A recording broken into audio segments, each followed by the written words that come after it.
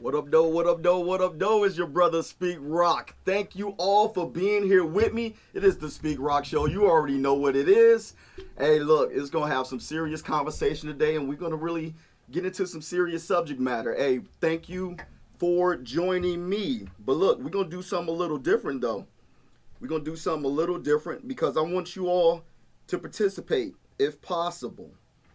Let me do this. I'm going to give you the call-in number. So, if you want to chime into this conversation, you're more than welcome to do so. And we're going to do that half past the hour. So we'll do that at 5:30. So the call-in number is 313-868-0331. 313-868-0331.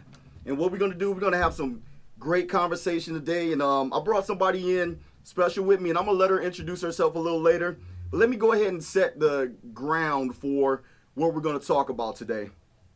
Today I want to get into a situation that should matter to all of us, and sometimes I wonder, does it matter to all of us? I remember when I was a young boy, we used to have, there used to be a saying, in the community, amongst us as a community. And, the older folk would say, or the parents would say, you know what, I'm only concerned about me and mine. And usually that was said when, an adult got tired of dealing with somebody else's kids or got tired of dealing with the neighborhood kids. So they would just say, or got tired of dealing with the school system or whatever the case may be. And then they'll say, well, I'm just going to be bothered with me and mine. So with that being said, that was a situation where, it was tongue in cheek because the community still really cared. And, everybody looked out for everybody. But what I'm coming to see these days, that's just not the case. I was watching a movie not too long ago, and it was A Time to Kill. And it had Matthew McConaughey, and it had Samuel L. Jackson.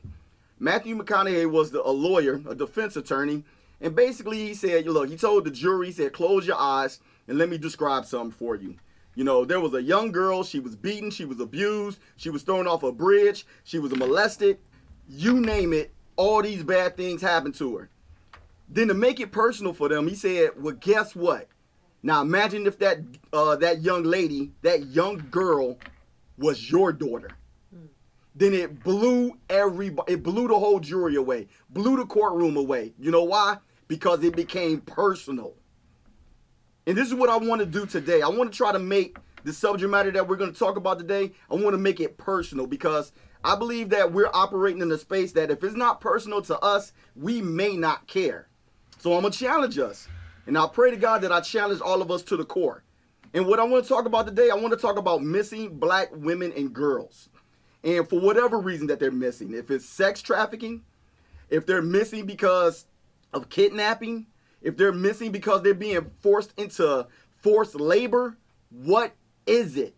It's an epidemic that's sweeping this country, and a lot of pundits and a lot of, certain people in the media, they're saying, hey, guess what?